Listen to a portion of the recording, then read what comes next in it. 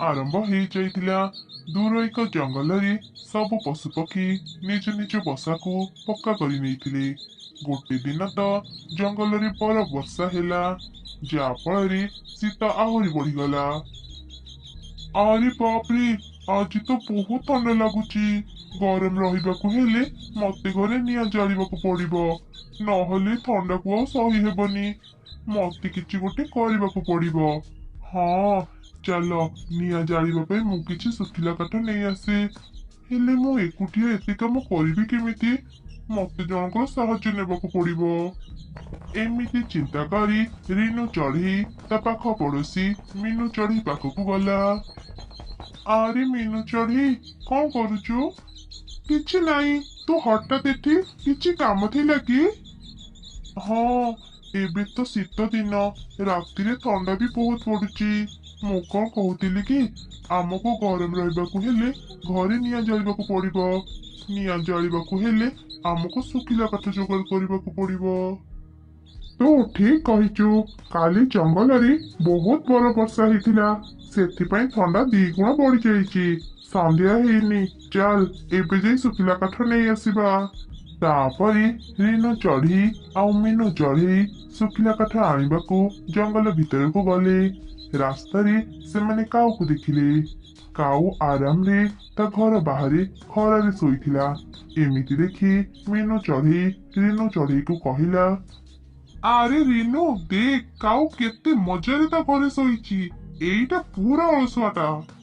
ଆରେ ମିନୁ, ଆମର ସେଥିରେ କଣ ଯାଏ ଆସେ? ଚାଲ ଆମେ ଆମ କାମ କରିବା। ନା ନା, ମୁଁ ତାକୁ ଏତେ ମଜାରେ ଶୋଇଥିବାର ଦେଖିପାରିବିନି। ତୁ ଖାଲି ଦେଖ ମୁଁ ତାକୁ କେମିତି କାମରେ ଲଗଉଛି। ଆରେ ଏ ଅଳସୁଆ କାଉ, ତତେ ଟିକେ ଲାଜ ଲାଗୁନି? ଆମେ ଏଠି କେତେ ପରିଶ୍ରମ କରୁଛୁ, ଆଉ ତୁ ଦିନସାରା ଖାଲି ଶୋଇ ରହିଛୁ। ତୋ ହାତ ଗୋଡ କଣ ବଥା ହେଉନି?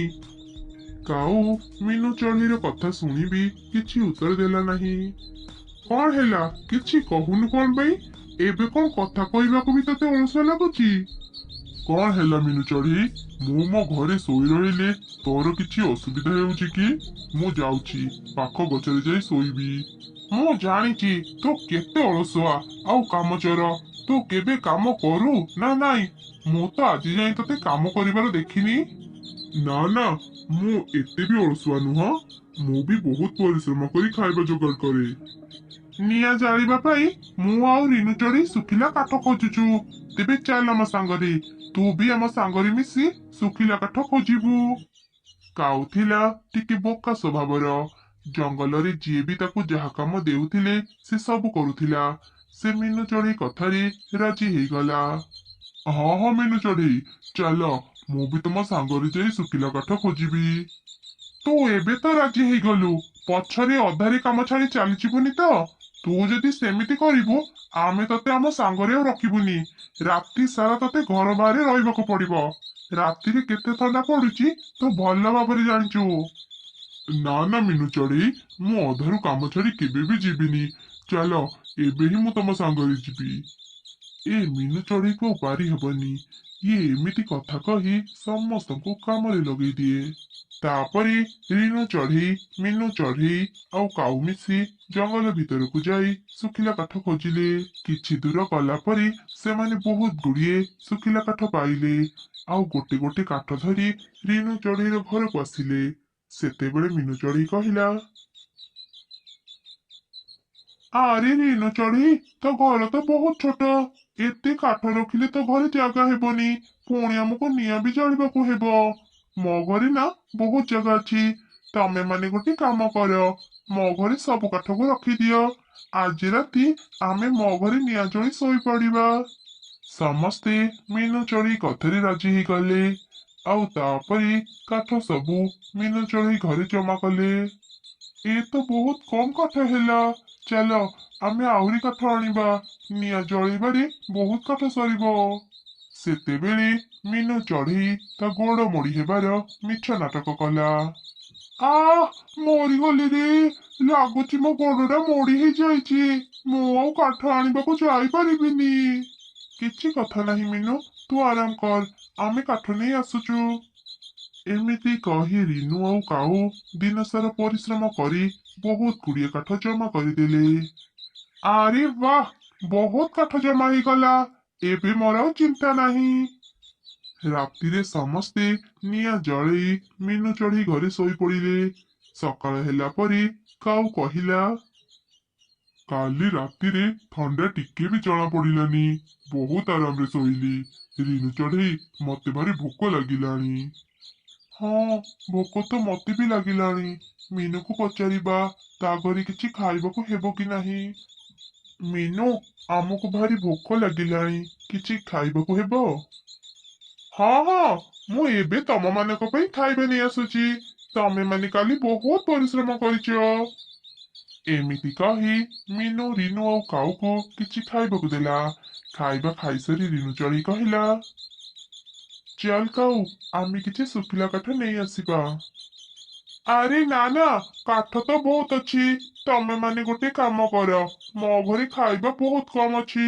ମୁଁ ଏକୁଟିଆ ହେଲେ ଚଳି ଯାଇଥାନ୍ତି, ହେଲେ ତମ ମାନଙ୍କ ପାଇଁ ଖାଇବା ହେବନି। ଭଲ ହବ ତମେ ମାନେ କିଛି ଖାଇବା ନେଇ ଆସ। ହଁ ମିନୁ, ତୁ ଠିକ କହିଛୁ। ଆମେ ଏବେ କିଛି ଖାଇବା ଯୋଗାଡ଼ କରୁଛୁ। ଏମିତି କହି ରିନୁ ଚଢ଼େଇ ଆଉ କାଉ ସେଠାରୁ ଚାଲିଗଲେ। ଦିନ ସାରା ସେମାନେ ବହୁତ ପରିଶ୍ରମ କରି ଖାଇବା ଯୋଗାଡ଼ କରୁଥିଲେ। ଆଉ ସେପଟେ ମିନୁ ଚଢ଼େଇ ଆରାମରେ ତା ଘର ବାହାରେ ଖରାରେ ଶୋଇଥିଲା। ଆରେ ବାହ, ଆଜି ତ ମଜା ଆସିଗଲା। ରାତିରେ ନିଆଁ ଆଉ ସକାଳେ ଖରା। ଏମିତି ଯଦି ଚାଲିବ, ପୁରା ଶୀତ ଦିନ ଆରାମରେ କଟିଯିବ। ସେ ଦୁଇ ଜଣ କେତେ ମୂର୍ଖ। ମୁଁ ସେମାନଙ୍କୁ ମିଛ କହିଥିଲି। ମୋ ଘରେ ତ ବହୁତ ଖାଇବା ଅଛି। ଚାଲ ଚାଲ, ମୁଁ ଶୀଘ୍ର ମୋ ଘର ଭିତରକୁ ଯାଇ କବାଟ ବନ୍ଦ କରିଦିଏ। ଏବେ ତ ମୋ କାମ ହେଇଗଲା। ମୁଁ ସେ ଦୁଇ ଜଣଙ୍କୁ ଘରେ ଆଉ କାହିଁକି ରଖିବି? ଏମିତି କହି ମିନୁ ଚଢ଼େଇ ତା ଘର ଭିତରକୁ ଚାଲିଗଲା। ରିନୁ ଚଢ଼େଇ ଆଉ କାଉ ଖାଇବା ନେଇ ଆସୁ ଆସୁ ରାତି ହେଇଗଲା। ମିନୁ ଚଢ଼େଇ ଘରର କବାଟକୁ ବନ୍ଦ କରି ଆରାମରେ ଶୋଇ ରହିଲା। କିଛି ସମୟ ପରେ ରିନୁ ଆଉ କାଉ ମିନୁ ଚଢ଼େଇର ଘରେ ପହଞ୍ଚିଗଲେ। ଆରେ ମିନୁ, କବାଟ ଖୋଲ, ଆମେ ଆସିଛୁ। ଲାଗୁଛି ମିନୁ ଶୋଇ ପଡିଛି। ରହ, ମୁଁ ତାକୁ ଡାକୁଛି। ମିନୁ, ଆରେ ଶୀଘ୍ର କବାଟ ଖୋଲ। ବାହାରେ ବହୁତ ଥଣ୍ଡା ଲାଗୁଛି। ଆଉ କିଛି ସମୟ ବାହାରେ ରହିଲେ ଆମେ ବରଫରେ ଜମିଯିବୁ। ମିନୁ ଚଢ଼େଇ ବହୁତ ସ୍ୱାର୍ଥପର ଥିଲା। ସେ ସେମାନଙ୍କ କଥା ଶୁଣି ପାରୁଥିଲା, ହେଲେ କିଛି ଉତ୍ତର ନ ଦେଇ ଶୋଇ ରହିଲା। ଲାଗୁଛି ମିନୁ ଶୋଇ ପଡିଛି। କାଉ, ଚାଲ ମୋ ଘରକୁ ଯିବା। ମୋ ଘରେ କିଛି ଶୁଖିଲା କାଠ ଅଛି। ଆଜି ରାତି ଆମେ ସେ କାଠ ଜଳି ଶୋଇ ପଡିବା। ହଁ ହଁ, ଶୀଘ୍ର ଚାଲ, ମତେ ଭାରି ଥଣ୍ଡା ଲାଗିଲାଣି। ସେମାନେ ସେଠାରୁ ଯିବା ପରେ ମିନୁ ଚଢ଼େଇ ତା ଝରକା ପାଖକୁ ଗଲା। ଲାଗୁଛି ସେ ଦୁଇ ଜଣ ଚାଲିଗଲେ। ଏବେ ମୁଁ ଏକୁଟିଆ ଆରାମରେ ନିଆଁ ଜାଳି ଶୋଇବି। ଏମିତି କହି ମିନୁ ଚଢ଼େଇ କିଛି କାଠ ଜଳେଇଲା। ଆରେ ଆରେ, ଆଜି ତ ବହୁତ ଥଣ୍ଡା ଲାଗୁଛି। ମୁଁ ଆଉ କିଛି କାଠ ଜଳେଇ ଦିଏ। ମୋ ପାଖରେ ତ ବହୁତ କାଠ ଅଛି। ଏମିତି ମିନୁ ଚଢ଼େଇ ଦୁଇଟି କାଠ ଟାଣିବାକୁ ଲାଗିଲା। ହଠାତ୍ କାଠ ସବୁ ଖସି ନିଆଁରେ ପଡିଗଲା। ଦେଖୁ ଦେଖୁ ସବୁ କାଠରେ ନିଆଁ ଲାଗିଗଲା। ବଞ୍ଚାଅ, ବଞ୍ଚାଅ, କିଏ କୋଉଠି ଅଛ? ମୋ ଘରେ ନିଆଁ ଲାଗିଗଲା, ମତେ ବଞ୍ଚାଅ। ଆରେ କାଉ, ଲାଗୁଛି ମିନୁ ଚଢ଼େଇର କିଛି ଅସୁବିଧା ହେଇଛି। ଚାଲ ଶୀଘ୍ର ତା ପାଖକୁ ଯିବା। କାଉ ଆଉ ରିନୁ ଚଢ଼େଇ ମିନୁର ଘରକୁ ଗଲେ। ମିନୁ ଚଢ଼େଇର ପୁରା ଘରରେ ନିଆଁ ଲାଗି ଯାଇଥିଲା। କାଉ ଘରର କବାଟ ଭାଙ୍ଗି ମିନୁକୁ ବାହାରକୁ ଆଣିଲା। ମିନୁ ଚଢ଼େଇର ଦେହରେ ବି ନିଆଁ ଲାଗି ଯାଇଥିଲା। କାଉ ମିନୁ ଚଢ଼େଇକୁ ପାଖ ପୋଖରୀରେ ପକେଇଦେଲା। ମିନୁ ଚଢ଼େଇର ଜୀବନ ବଞ୍ଚିଗଲା। ରିନୁ ଚଢ଼େଇ, କାଉ, ମତେ ତମେ ମାନେ କ୍ଷମା କରିଦିଅ। ମୋ ଗୋଡ ମୋଡି ହେଇଛି ବୋଲି ମୁଁ ତମକୁ ମିଛ କଥା କହିଥିଲି। ସବୁ କାମ ତମେ ମାନେ କଲ, ଆଉ ମୁଁ ସ୍ୱାର୍ଥପର ଏଇ ଘରର କବାଟକୁ ବନ୍ଦ କରିଦେଲି। ଭଗବାନ ମୋ ଭୁଲର ଶାସ୍ତି ମତେ ଦେଇଛନ୍ତି। ମୋର ଗୋଟେ ପର ନିଆଁରେ ପୋଡିଗଲା। ମୁଁ ଆଉ କେବେ ବି ଉଡି ପାରିବିନି। ଏମିତି ମିନୁ ଚଢ଼େଇ ତା ଭୁଲ ବୁଝିପାରି ବହୁତ କାନ୍ଦିଲା।